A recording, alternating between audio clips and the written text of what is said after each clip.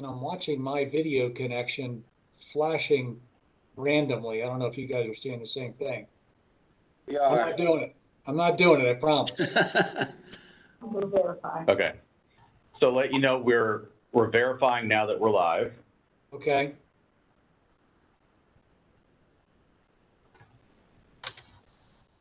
Joe, Uh, do what we will do. We you put in an with my IT flashing help ticket screen and on never the- get an answer.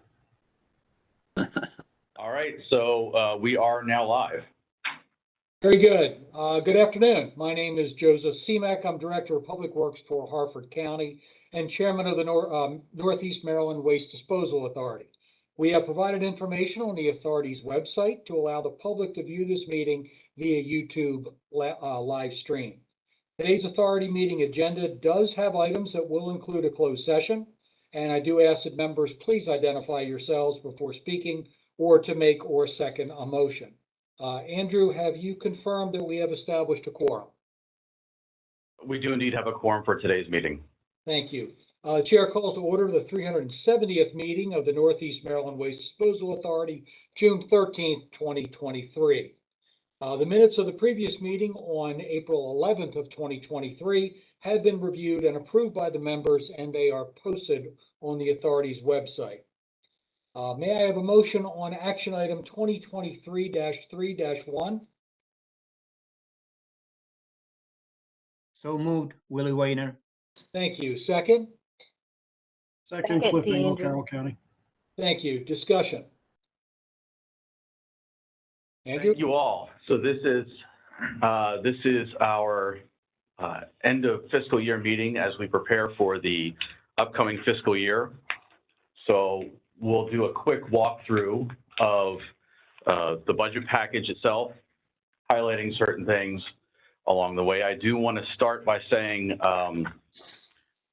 thank you to you and all your staff who have worked with us over the last few months as we prepare our budget so that we can continue to support our members in this upcoming year. You'll see that attachment A is a bulleted list of our goals for the upcoming year. And again, just a few highlights that I want to mention for Anne Arundel County. It's continuing to manage the composting agreement for the operations, marketing, and distribution of yard material as composted there at the Millersville Landfill and Resource Recovery Facility. And this includes permit compliance, making sure that our contractor is up to speed with all of the requirements that exist for a composting facility. For the city of Baltimore, we're going to continue to help them as they work through design and compliance projects at the Quarantine Road landfill, and also OSHA-related design and compliance work at the Kane Street Sanitation Yard. This was a recently approved memorandum of understanding with the city of Baltimore. For Baltimore County, I wanted to highlight that we're continuing to support the county as it works through its goals and objectives in the tactical plan as identified by the Solid Waste Study Group, as well as assisting via a consultant for the expansion design and permitting project at Eastern Sanitary Landfill. For Carroll County, we are again supporting the county through its master plan effort at its landfill as it is expanded the property available to it, and it's looking at a multitude of different things it can do with that property to benefit the residents of the county. In Frederick County, we're going to continue to provide support for the recovered material processing contract with WMRA, as well as the transportation contract associated with that particular operation, as well as assist with HHW events through a recently procured and approved contractor.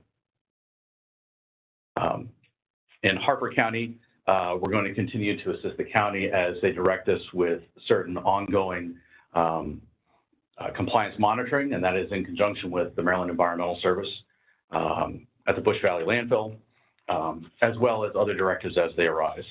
In Howard County, again, continuing to help via our contractors with the design and continued construction of the county's composting facility there at Alpha Ridge Landfill as it pursues its goal for materials diversion. For Montgomery County, we have several projects that I want to highlight there at the transfer station. We're working with the county staff and consultants and the incumbent contractor there at the facility through ongoing scales upgrade project there at the facility, power upgrades there at the facility to meet the needs of the facility moving forward into the future, and other projects as requested. And I'm also excited to say that for the Montgomery County Goody landfill project, we will be continuing the construction effort. That project broke ground in FY23, and then in FY24, we're going to continue to support that work that the county's undertaking on for the benefit of the environment and its citizens. Regionally, we're going to continue to support recycling diversion education through mdrecycles.org, and certainly support MDE as they are enacting various laws that have come into place in the last few years to improve diversion activities.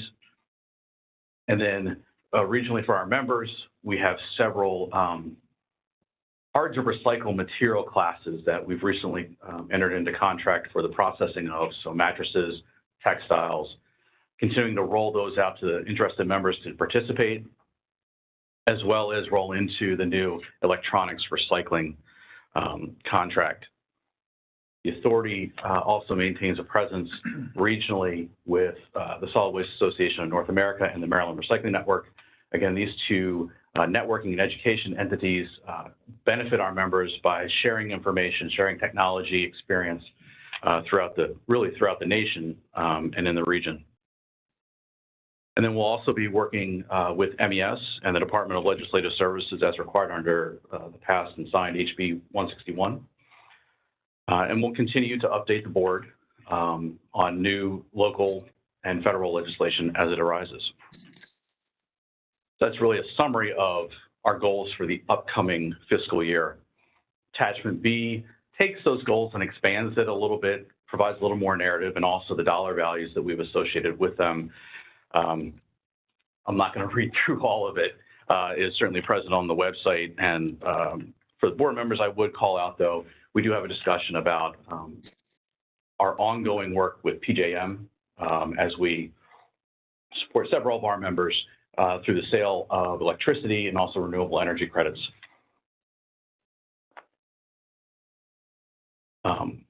As you're looking through all of these different projects and the various attachments, the reminder that the project funds as projected, again, worked with your staff to develop the budget, but they are very much dependent upon what is enacted at the jurisdictional level.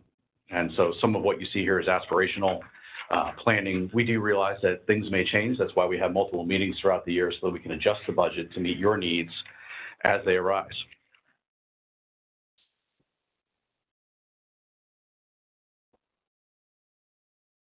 Attachment C of the budget provides an account-based breakdown of the administrative fees or administrative fund as well as the project fund. And so for FY24, we're looking at a total projects fund of $124,841,002 with a total budget of $127,159,691.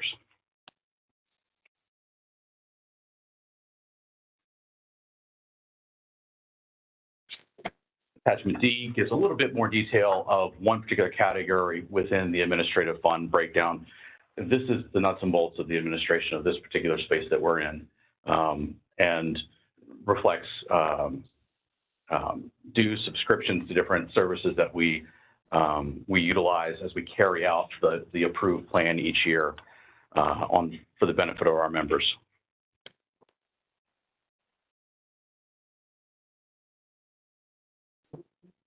Attachment F.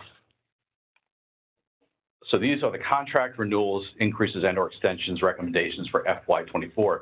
This is part of the budget that we're asking for you to approve, and I do want to call out specifically for our on-call engineers that we are going to be requesting an increase in the contract upset limit for ARM Group LLC, an increase of $500,000, and that's for anticipated compliance projects and Quarantine Road landfill work for Baltimore City and other projects.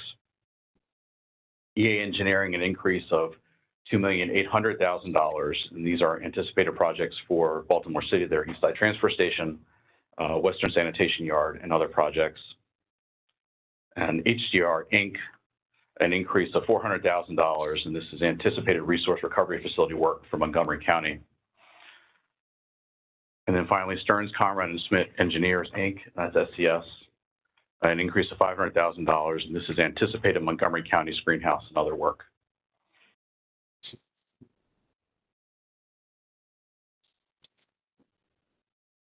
Attachment G in your package very much looks like Attachment A, but it's for FY23. And this is a summary of the work that we've completed against what we anticipated doing during the FY23 period. I would call out note just a few items that when a new project is added throughout the course of the year, we add it to this particular page as fully italicized text. So for instance, for the city of Baltimore, that was completing the extension of services for their composting facility for a certain amount of the sewage sludge biosolids coming out of Back River. Also for the city, it was award and manage the 10-year solid waste management plan update. So that's a critical update that all of the jurisdictions have to go through. We're supporting the city in that particular effort. For Carroll County, it was the addition of HHW services as an option for their operations as well as for Frederick County.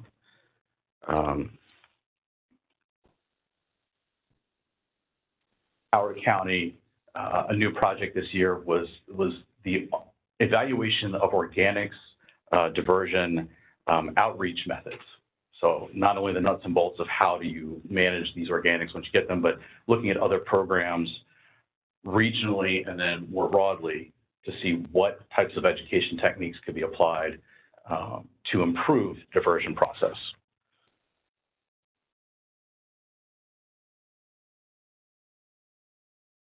And as I mentioned earlier, in Montgomery County, we broke ground on the remediation project there at the Goody landfill, which is very exciting to see that project moving forward.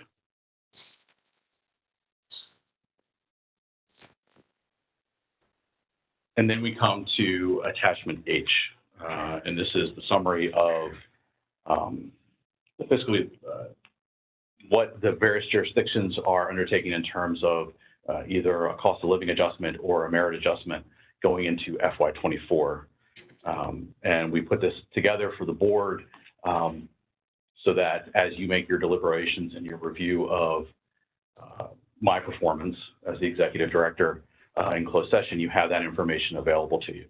And so, Joe, this is that point in the meeting where if there are no other questions or discussion items related to this action item, the board can move into closed session.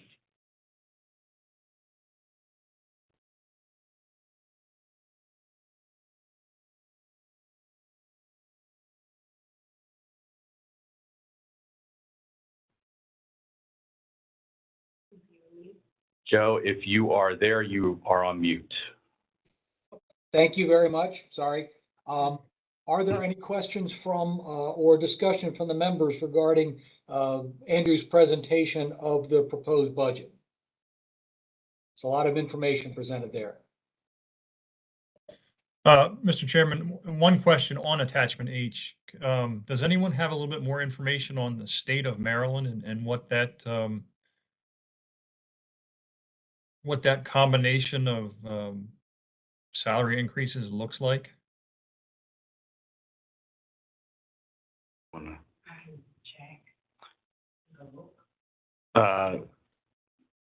Yeah, I think my understanding of it, Rhodey, was that this was increasing to get the salary levels more up to what they should be for the state, but I'm not sure. I think it was part of the governor's budget for this year, fiscal year 24, to do that increase. I believe the state is getting 6% in July 1, 2% is a COLA, 2% is a change in step, and then 2% is if you've worked for over 5 years, you get another little bonus step. So it from what I have not read it. I saw something from MDOT, and it's about 6%. Thank you.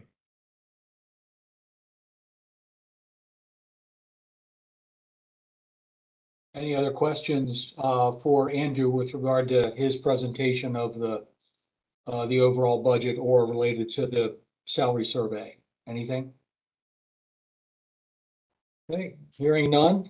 I would like to ask for a motion to go into closed session under Maryland Annotated Code, Open Meetings Act, Section 3-305B1, to discuss compensation and performance evaluation of employees and the executive director of the authority.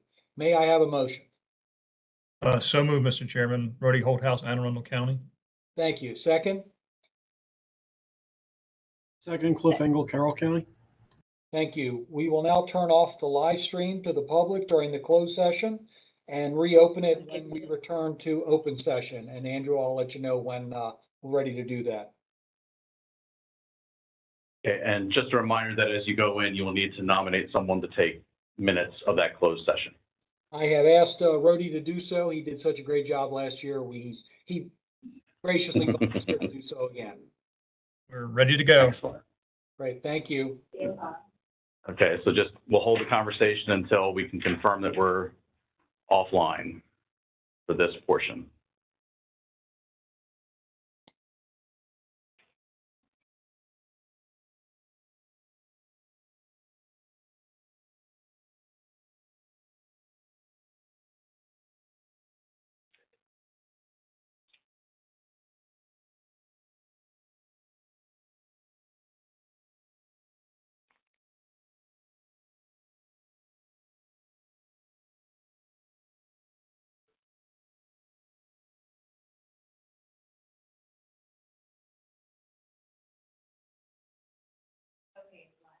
Okay, we are live. Great, thank you very much. During the closed session, the board discussed approval of a 3% cost of living increase and a 2% merit increase for employees. And we also discussed the performance of the executive director, which was favorable, warranting approval of a 3% cost of living increase and a 3% merit for the executive director. And such increases would become effective July 1 of 2023. So all in favor of action item 2023-3-1, which is inclusive of the budget discussion and the recommendations coming out of the closed session, please say aye. Aye. Aye. Aye. Any opposed? Excuse me. Any opposed? Any abstentions? Hearing no opposition, that item is approved. Do the members have any additional items for discussion at this time?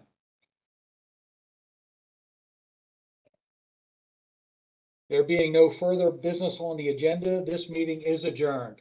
Thank you all very much for your assistance, and have a terrific day. Have a great day. Thank you. Thank you. Thank you. Thank you. Bye-bye.